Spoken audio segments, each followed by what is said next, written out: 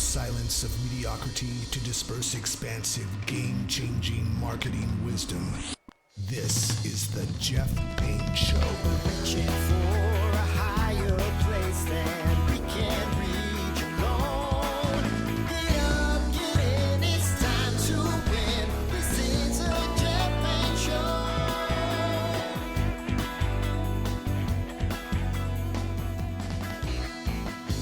Hello, I'm Jeff Payne. You're listening to episode number 12. I want to tell you about a candle company.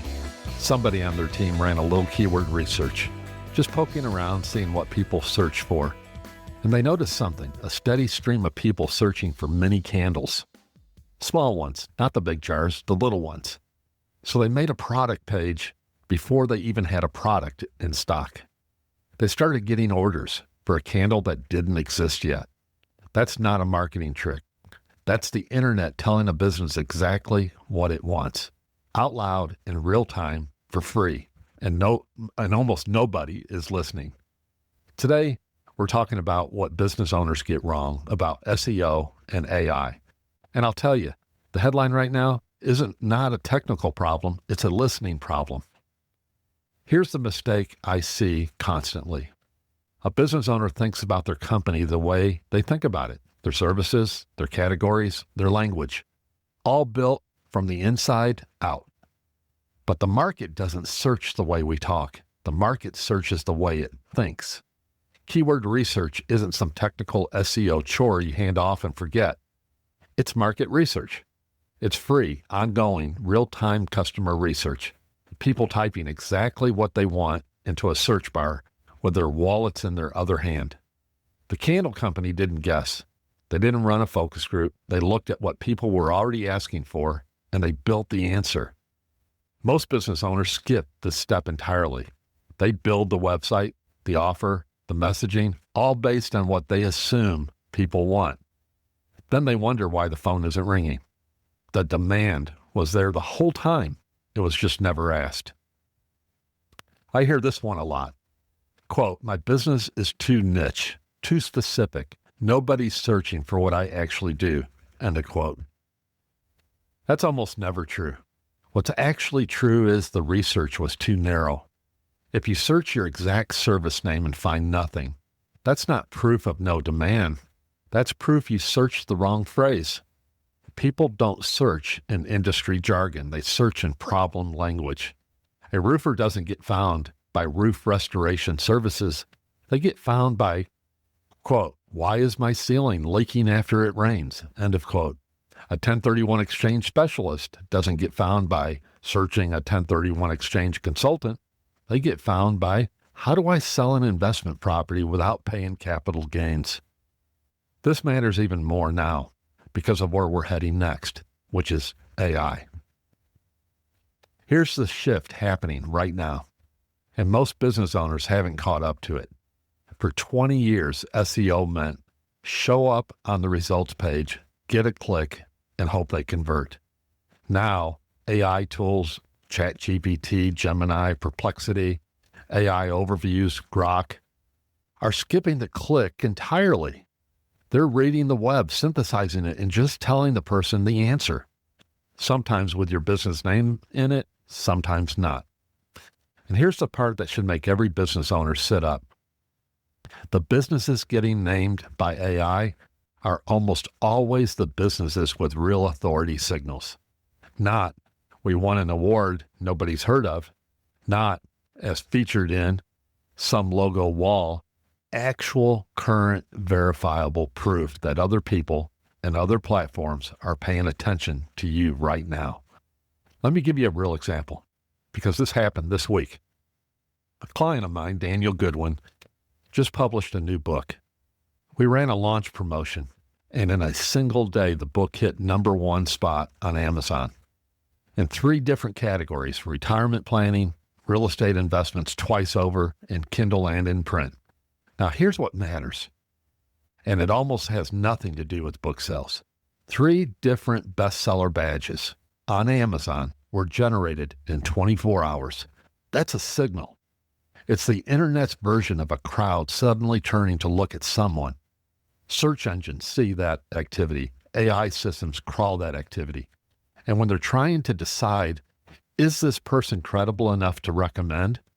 That's exactly the kind of signal that tips the scale. Compare that to the alternative, which is what most business owners are doing right now. A static bio, a stock photo, a site that reads almost identical to every competitor in the category. There's no signal there. Nothing for Google or AI to pick up on and go, oh, this one. This was the one. This one's relevant right now. Sameness doesn't get cited. Sameness doesn't get noticed. Authority does. The business is panicking about how do you get found by ChatGPT while doing nothing to stand out are solving the wrong problem. You don't need a separate AI strategy. You need to give the internet a reason to point to you, and then a foundation strong enough that both search engines and AI recognize what they're looking at. Let's get specific about what a real foundation looks like, because this is where I see almost every business website fail. If you're a service business with 3 or 4 distinct services, you need 3 or 4 distinct pages, not one page that vaguely gestures at all of them. Each service has its own conversation, its own questions, its own search intent.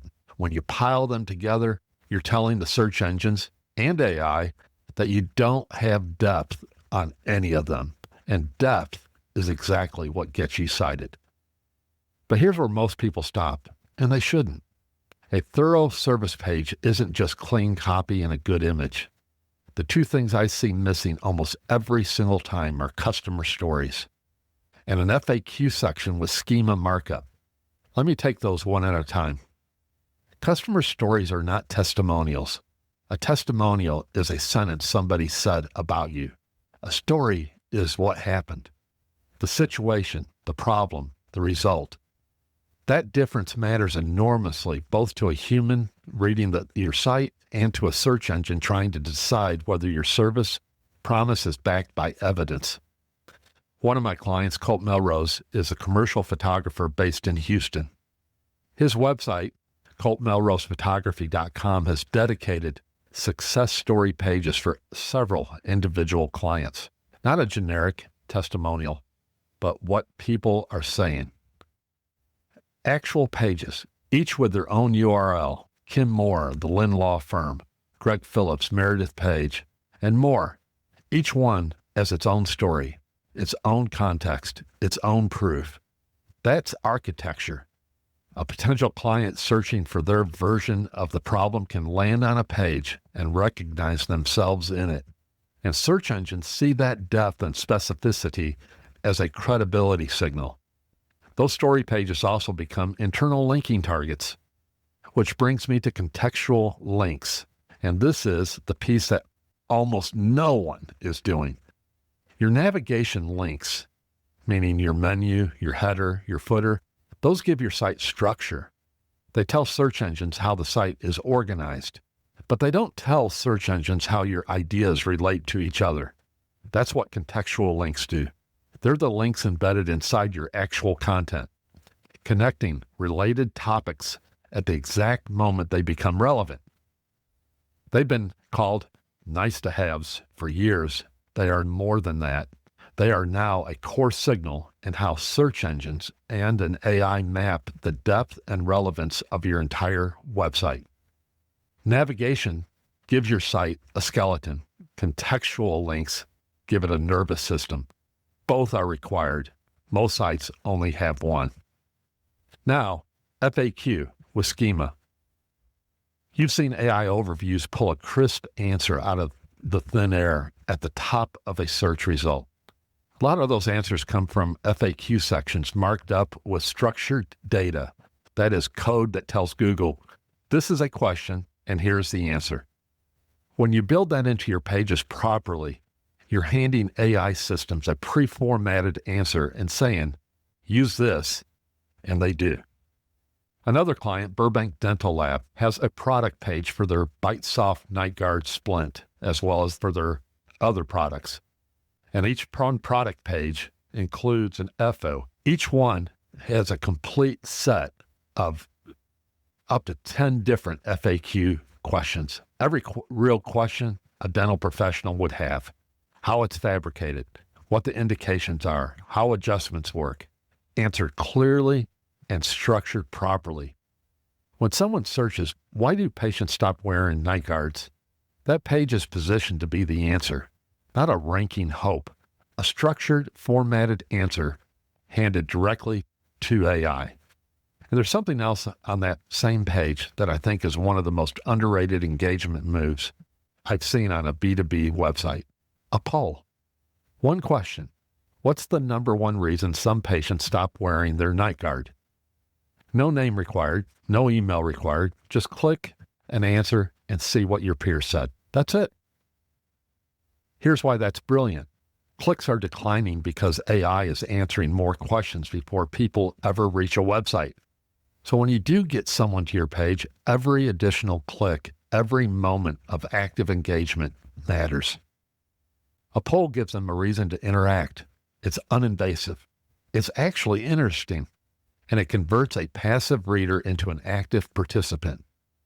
That single additional click is a signal that the page earned their attention.